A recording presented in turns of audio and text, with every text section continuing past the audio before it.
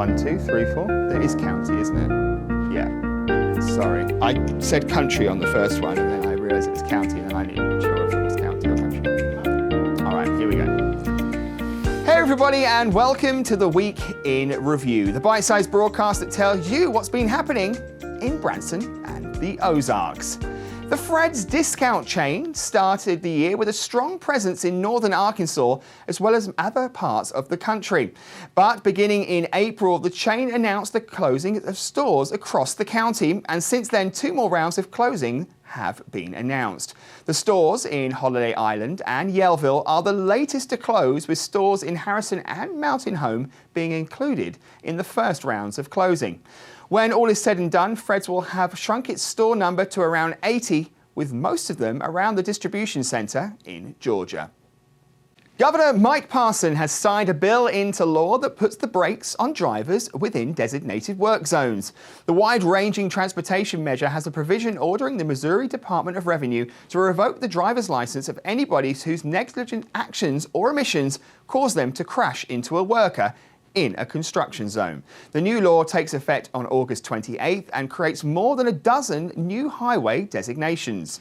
It is named after Lyden Ebker, a MoDOT employee who was struck and killed by a distracted driver in Franklin County in 2016.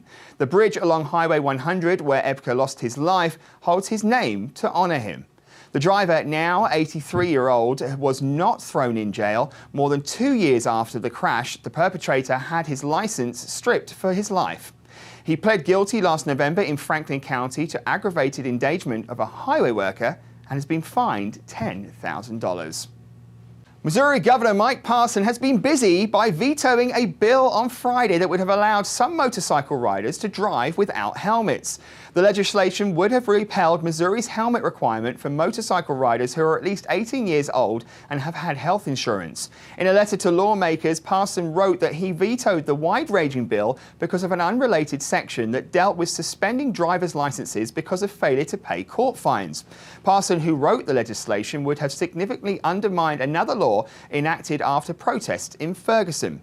Parson said the legislation also likely violates the Missouri Constitution's ban of legislation that unfairly targets one city or region. Missouri lawmakers have long tried to repeal the state's helmet requirement. The last time they succeeded was in 2009, but it was also vetoed by then-Governor Jay Nixon. A Harrison man came out of an accident in Ava without injury over the weekend. The Missouri Highway Patrol reports that 28-year-old Lukey Allen hit by a vehicle that turned in front of him on Highway 5 in the city Saturday afternoon. That driver of that vehicle did sustain moderate injuries in the accident and was taken to Cox South Hospital in Springfield for treatment of her injuries. The Duttons have returned to Branson safely just 1 week after their tour bus crashed in Ohio.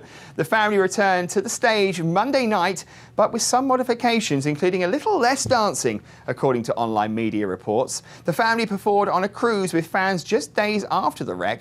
Dean Dutton said it is nice to finally have the family home in the Ozarks.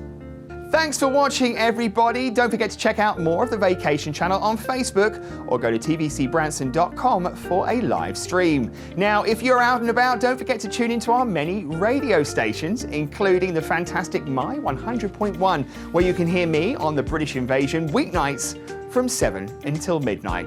I will see you all next week. Have a great one.